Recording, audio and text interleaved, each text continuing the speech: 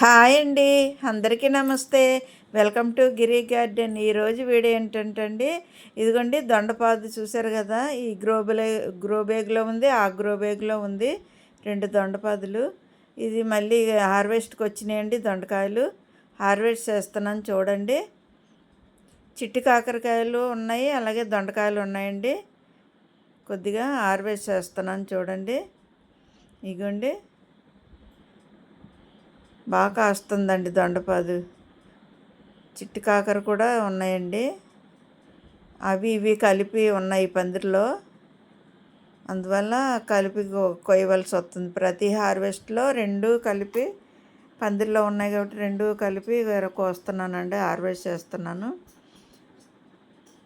ఇదిగోండి దొండకాయలు బాగా ఎదిగినాయండి వర్షాలకి, పెద్ద సైజు వచ్చినాయి. ఇదిగోండి అది చిట్టి కాకరండి చూడండి. ఇది కూడా చిట్టి కాకర. అంత బాగా మువ్వల్లాగా ఏలబడుతున్నాయి చూసారా. ఇవన్నీను దొండ కూడా ఆకుల్లో దాక్కుంటాయండి, కనిపించవు అస్సలు. మనం వెతికి వెతికి కోసుకోవాలి.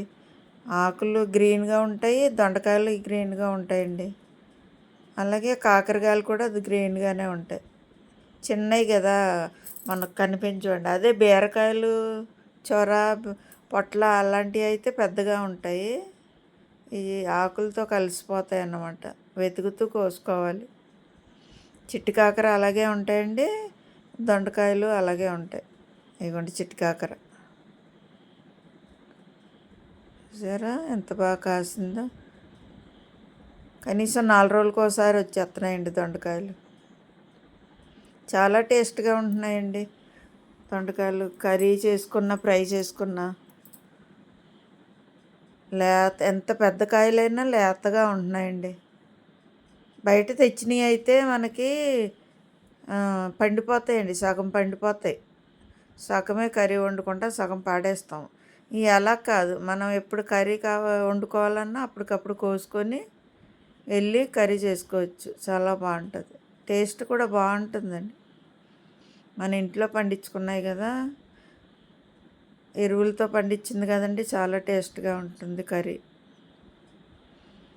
అందుకని దొండపాదులు ఇంకా పెంచుతున్నాను. మదర్ ప్లాంట్ నుండే మనం తీగ తీసి వేరే దాంట్లో వేసుకుంటే మళ్ళీ ఇంకో దొండపాదు రెడీ అవుతుంది. అలాగా 2, 3 వేసుకున్నాం అనుకోండి, మనకి ఒకటి కాయపోయినా ఒకటి కాస్తుంది అన్నమాట. ఎప్పుడు కాయలు ఉంటాయి మనకి మిద్దె తోట మీద.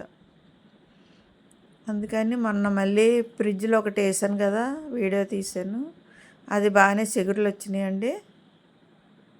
ఇక్కడ మాత్రం 2 పాదులు ఉన్నాయి, ఈ పందిరికి ఎక్కించాను. అలాగే 100 రూపాయల టబ్బులో కాకర, చిట్టి కాకర, అది కూడా ఈ పందిరికే ఎక్కింది, దొండపాదు పందిరికి. అందుకే 2 కలిపి హార్వెస్ట్ చేయవలసి వస్తుంది.